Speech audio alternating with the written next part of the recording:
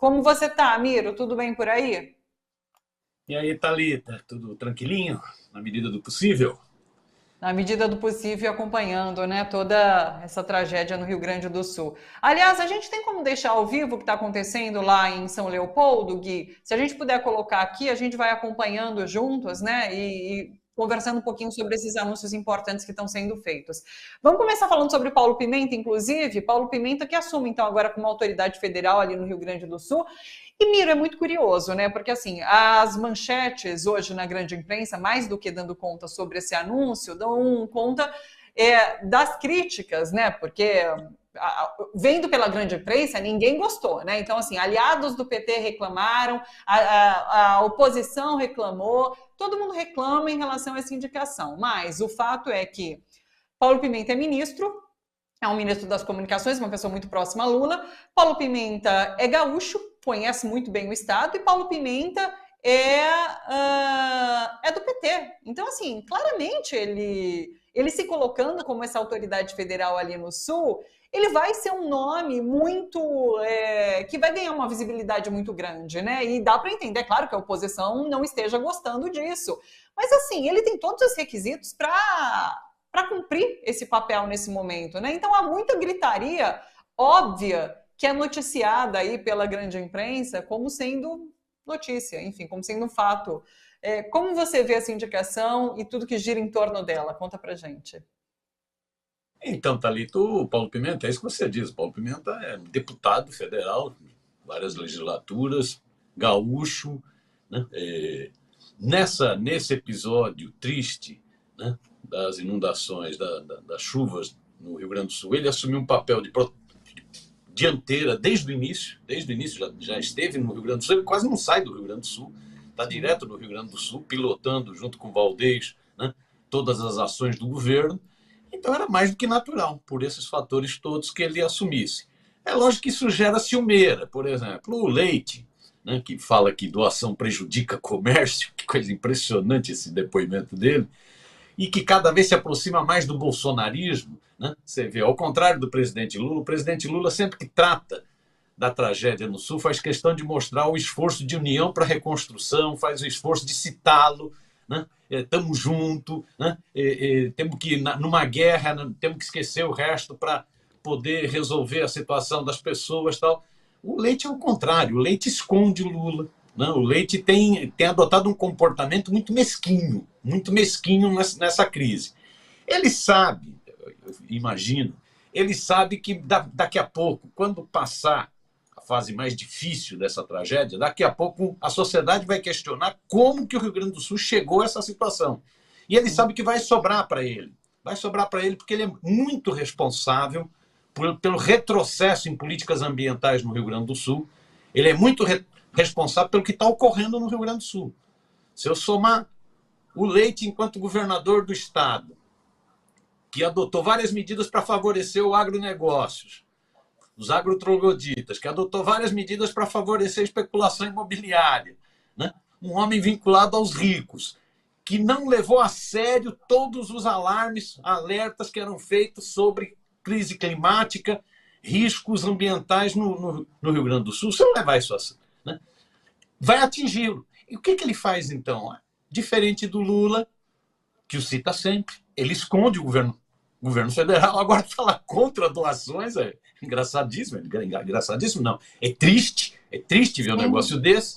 E ele é um dos que mais tem criticado essa indicação do Paulo Pimenta, porque isso gera uma ciumeira.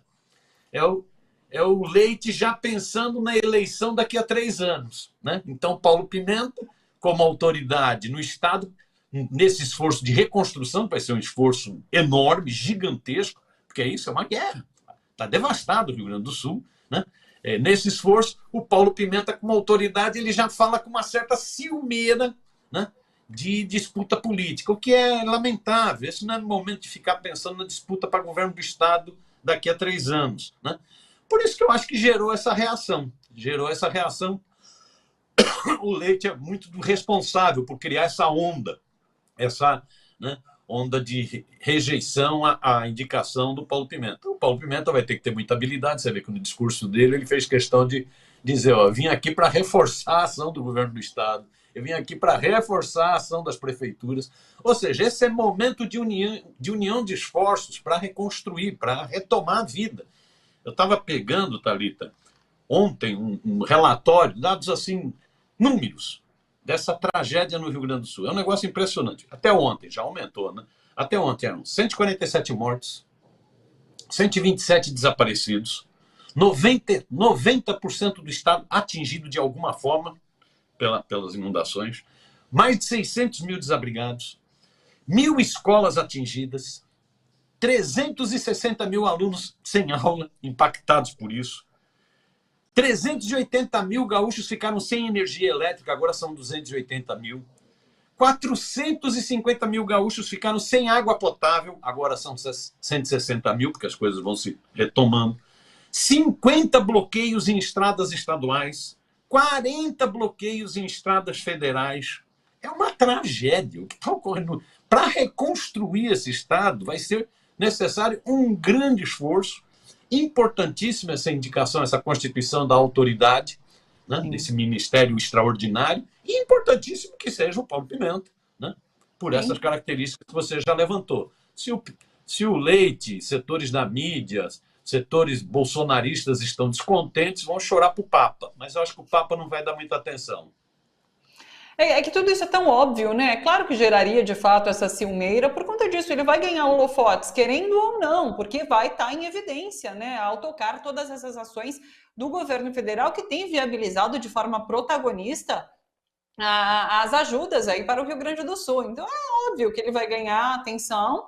Ele é um gaúcho. Agora, já o colocam, inclusive, como candidato a governador no próximo processo eleitoral. Então, assim, já vão adiantando muita coisa também nessa leitura de conjuntura, né? Então, calma lá, vamos ver como ele vai atuar para depois a gente prospectar tudo isso. Mas é isso, uma ciumeira que se cria aí já colocando planos políticos na carreira aí de Paulo Pimenta, para governo do estado, no caso, né? Porque, como você disse, ele é deputado federal eleito, né? Então já é essa pessoa bastante influente no estado. Em relação a essa frase, inclusive, de Eduardo Leite, pegou muito mal, né? Ela é infeliz, mas é perversa também, né? Porque quem ele espera que vá comprar do comércio local? Essas pessoas que têm que sair de casa com água no pescoço, que não tem nada, que perderam tudo, que não tem dinheiro, porque assim, o governo anuncia, inclusive, agora esse Pix, né, de 5 mil reais para essas pessoas atingidas, né, para essas famílias atingidas. Então, ele vive num outro mundo, me parece, né, quando traz uma fala como essa diante aí de uma rádio, porque essa entrevista foi pública para uma rádio. E fica pensando, não é no estabelecimento aí do comércio local, do pequeno comércio, do que está embaixo d'água, é nos grandes comércios, né, que vão deixar de lucrar porque a população não tem dinheiro para gastar nesse comércio. Então, assim, é de uma perversidade que eu fico chocada ainda de ouvir isso aí, tanto é que ele veio se desculpar depois, né? Mas não foi um ato falho, é algo que está introjetado nele, que ele deixou escapar de alguma forma, né? Porque ele é esse sujeito neoliberal que acredita nesse projeto neoliberal e daí deixa escapar uma fala como essa numa situação de tragédia, de calamidade, não, Miro? Pois é, pois é. O Leite, é isso. O governador do Rio Grande do Sul está devendo muitas explicações. Vamos esperar baixar as águas, não é baixar a poeira, vamos esperar baixar as águas. Né? O governo federal está numa postura muito ativa, muito proativa nessa crise no Rio Grande do Sul, nessa tragédia no Rio Grande do Sul. Você vê, né, até é interessante se você compara o que foram aqueles 4 anos de trevas com o Bolsonaro, né, quando ocorriam desastres naturais como esse, como ocorreu na Bahia, né, não na dimensão do Rio Grande do Sul, era Bolsonaro andando de jet ski, moto. Quando ocorreu a pandemia, os 3 anos de pandemia da Covid, era Bolsonaro, esse capetão, que é uma mistura de capeta com capitão, esse capetão, né, fazendo gozação, imitando pessoas com um problema de oxigênio. Total insensibilidade, total falta de empatia com a população brasileira. Você pega o governo Lula está investindo muito, né? Ele está lá direto, né? 3 viagens para lá, os ministros, o Paulo Pimenta direto lá, várias iniciativas, vem agora essa iniciativa do Pix de R$5.100 para 200 mil famílias, né? São várias iniciativas, então um governo muito proativo. Isso tem despertado o ódio do esgoto digital bolsonarista, das milícias digitais, que estão difundindo fake news à torta e à direito, e isso faz com que o governador também volte às suas origens, né? Esqueça o que está ocorrendo de fato no Rio Grande do Sul, porque realmente falar que doação atrapalha, para começar, várias cidades não tem mais comércio, acabou tudo, foi tudo destruído, está tudo debaixo d'água, não tem mais estoque, né? Na reportagem mostrou um rapaz falando, pô, meu negócio acabou, os funcionários que eu tinha aqui não tem mais, acabou tudo, né? Então falar que vai prejudicar comércio como forma imediata de solidariedade, de fraternidade, né? Participei hoje de manhã de uma reunião de comunicadores das frentes Brasil Popular e Frente Povo Sem Medo, uma reunião muito interessante, mais de 50 comunicadores e várias pessoas do Rio Grande do Sul, elas dando relato da tragédia, é uma coisa de arrepiar, é destruição. E aí o governador está preocupado. É isso, ele volta à origem, ele não esconde o DNA dele, ele volta à origem, ele está preocupado com quem tem lucro, né? Ao invés de estar preocupado com medidas de atender quem está passando fome. Quem tem fome tem pressa, é bom que tenha muita doação para atender todas as necessidades, né? Mas isso é o estilão Eduardo Leite. Eduardo Leite é isso, ele tenta disfarçar, né? Você vê, ele foi o queridinho da mídia, por isso que a mídia também pega leve com ele. Ele foi o queridinho da mídia na eleição de 2022, quando a elite brasileira, para não chamar de cloaca brasileira, estava com dificuldade de ter uma candidatura, uma terceira via, eles tentaram, terceira via, não dava certo, a terceira via passou a ser o Eduardo Leite.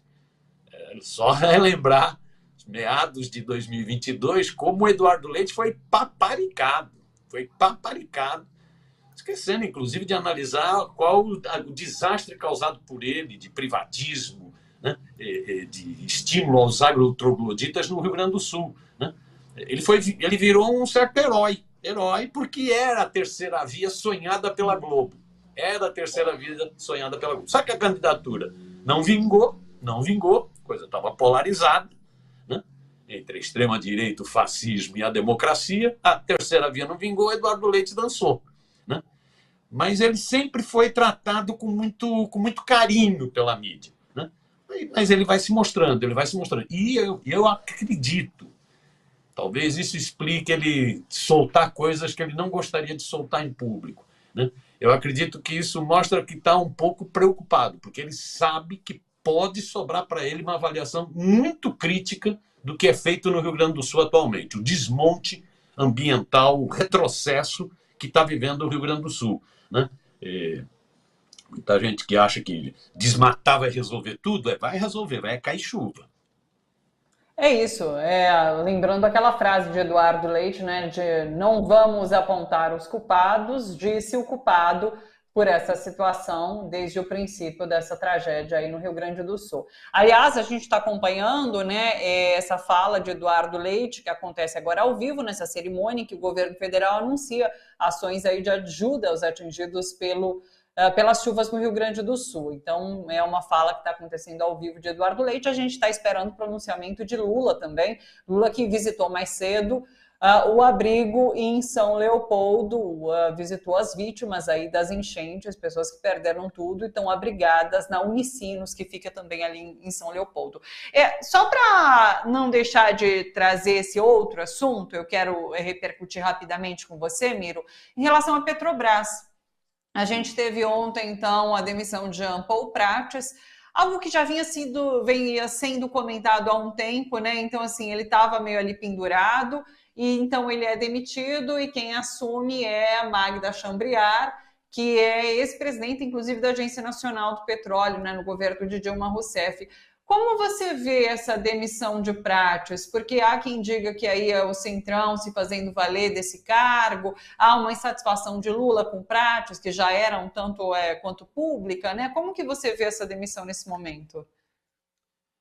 Então, a Petrobras é um poder, né? A Petrobras é uma das maiores empresas do mundo, em um ramo que é estratégico, no setor de energia, né? A Petrobras vinha num processo do golpe contra Dilma e da ascensão do fascista, do Bolsonaro à presidência, vinha num processo de desmonte por interesses privatistas, né? E agora, no governo Lula, volta a assumir protagonismo. Eu acho que o Prats teve um papel importantíssimo nesse período que foi presidente da Petrobras. Né? Eu vi hoje a nota, inclusive, da Federação Única dos Petroleiros, da FUP, está lá, vai relacionando todas as medidas que o Prats adotou, que foram medidas importantes para a questão do preço, né, dos combustíveis, aquela questão da paridade, não é isso? Medidas de fortalecimento da Petrobras, relação com o movimento dos trabalhadores da Petrobras, que era uma coisa que estava muito atritada, né? Na verdade não era nem atritada, era uma postura de ditadura que a Petrobras teve durante o governo Temer e o governo Bolsonaro com relação aos petroleiros. Então a FUP elenca as várias iniciativas positivas que o Prats adotou, né? Então eu ressalto uma trajetória positiva da equipe do Prats, uma trajetória positiva. Tinha atritos, é isso, é uma empresa muito poderosa, então tem muita disputa, tinha atrito com o Ministério das Minas e Energia, tinha atrito com o Ministério da Casa Civil, né? Tinha atrito. Gerou atrito essa questão dos rendimentos, dos dividendos, chamados dividendos extraordinários. Isso gerou atrito, inclusive, com Lula. E agora o que já estava mais ou menos escrito, era uma crônica de uma morte anunciada. Já vinha há algum tempo esse bafafá, onde tem fumaça, tem fogo, né?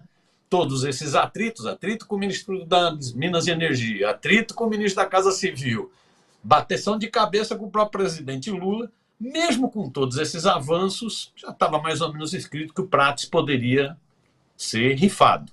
Foi rifado, parece estar bastante chateado, pelo que eu tenho visto nas declarações dele, está um bocado magoado, está um bocado chateado, chorou hoje, né? Ao se despedir da diretoria da Petrobras, né? Tá chateado, vamos ver como ele vai reagir. E assume, Miro, então... deixa eu te interromper rapidamente para a gente ouvir Lula um minutinho. Vamos lá para Lula, ele está falando ao vivo ali no Rio Grande do Sul, em São Leopoldo, sobre ajuda às famílias atingidas.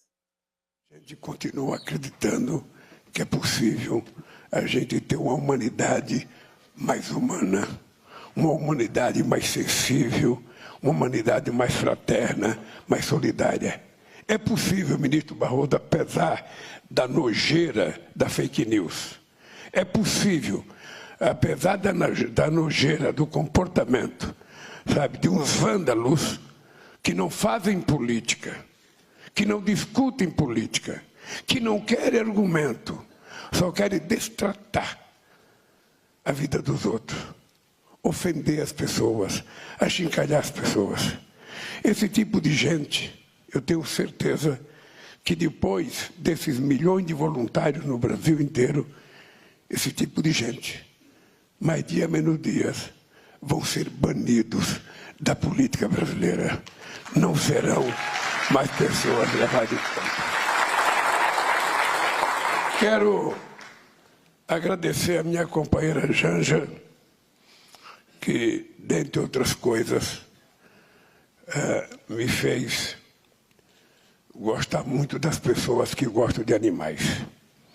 Eu não tenho uma noite que eu vá dormir, ou que eu levante, que vá tomar café, que a Janja não esteja me mostrando uma coisa de cachorro, uma coisa de gato, uma coisa... Só falta me mostrar coisa de barata, de coisa assim, porque ela fica emocionada, ela chora.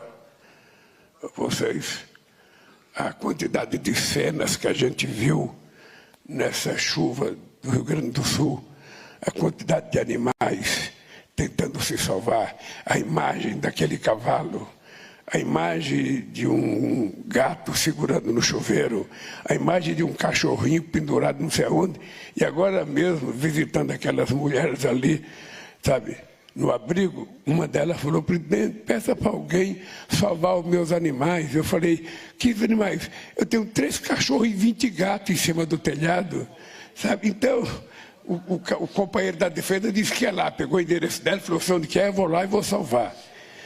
Isso mostra, eu queria até, cadê o nosso prefeito, que foi no Jornal Nacional, no Fantástico, falar do recolhimento dos animais e fez a prefeitura virar um abrigo de animais. Porque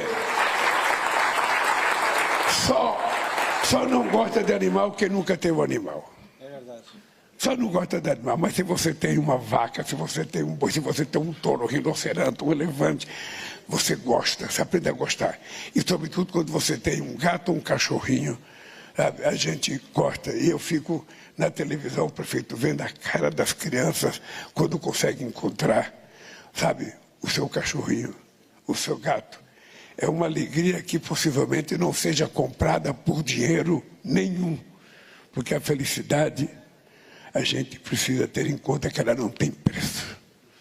Ela é uma coisa que Deus nos manda de graça e que Ele só espera que a gente saiba retribuir. Então, eu quero te dizer que o teu gesto, como prefeito de uma cidade, de ter a delicadeza de colocar a prefeitura, sabe, à disposição para fazer isso, foi muito importante, sabe? Espero que os animais nunca se esqueçam de você e nem você dos animais. Obrigado, querido. Obrigado. Obrigado. Estamos trabalhando até hoje para recolher tudo. Isso, é importante recolher. Importante recolher. E qualquer negócio, manda uma carta para o Haddad liberar recursos para a gente colocar isso também. Uma cesta básica para os animais que foram encontrados. Se me permitir, presidente, eu quero agradecer todas aquelas pessoas que são que trabalham com os animais, são protetores de animais. Nós temos gente de São Paulo, temos gente de Santa Catarina, temos uma senhora lá de Blumenau, Santa Catarina, que está acampada lá em Eldorado do Sul, cuidando de um abrigo de animais. Então ela veio, me procurou, e eu dei todo o apoio para ela está trabalhando, está feliz da vida, está nos ajudando de uma forma fantástica. Então a gente está recebendo apoio de todo o Brasil e fora do Brasil, de todo o povo que está nos ouvindo, que nos assistiu no Fantástico, estão nos ajudando principalmente nessas tarefas aí de socorrer animais. Primeiro trabalhamos para socorrer as pessoas e agora estamos socorrendo os animais e protegendo eles. Parabéns. Muito obrigado. Parabéns, prefeito. Quero cumprimentar o nosso governador Eduardo Leite, o nosso presidente da Suprema Corte, Luiz Roberto Barroso, o nosso companheiro vice-presidente do Tribunal de Contas, o Vital do Rego, que está aqui. Eu acho que é importante explicar para vocês por quê que ultimamente eu tenho vindo aqui Rio Grande do Sul e tenho convidado o presidente da Suprema Corte, tenho convidado o presidente do Tribunal de Contas, tenho convidado o presidente da Câmara e do Senado, que hoje não puderam vir por causa de sessão, porque, embora nós sejamos poderes autônomos, a gente tem que funcionar como orquestra. Ou seja, a gente não pode se encontrar apenas em jantares, de vez em quando. A gente não pode se encontrar apenas, sabe, para fazer um ato solene em Brasília. É importante que a gente se encontre nos momentos de amargura do povo brasileiro. Porque quando você tem um presidente da Suprema Corte que vem, sabe, sair da grandiosidade que é, sabe, a Suprema Corte, e vem ao chão de uma cidade alagada, e ele vê o tipo de pessoa que está lá sofrendo, a hora que chegar um processo em Brasília contra alguma coisa que está sendo feito, o olhar dele certamente será diferente. Não será apenas aquele, sabe, que não vê o lado social. Porque eu não sei se vocês perceberam, com toda a desgraça da enchente, por mais que a gente veja, eu falei para a Janja domingo, é impressionante, eu não tinha noção que no Rio Grande do Sul tinha tanta gente negra. E no Fantástico apareceu muita gente, eu falei, não é possível. E aí a gente falou, é porque são os mais pobres e porque moram nos lugares mais arriscados de ser vítima dessas coisas. A gente está acompanhando, então, essa fala de Lula ali em São Leopoldo. numa coletiva, né, com ministros, com o presidente do Supremo Tribunal Federal, anunciando ações para o povo atingido.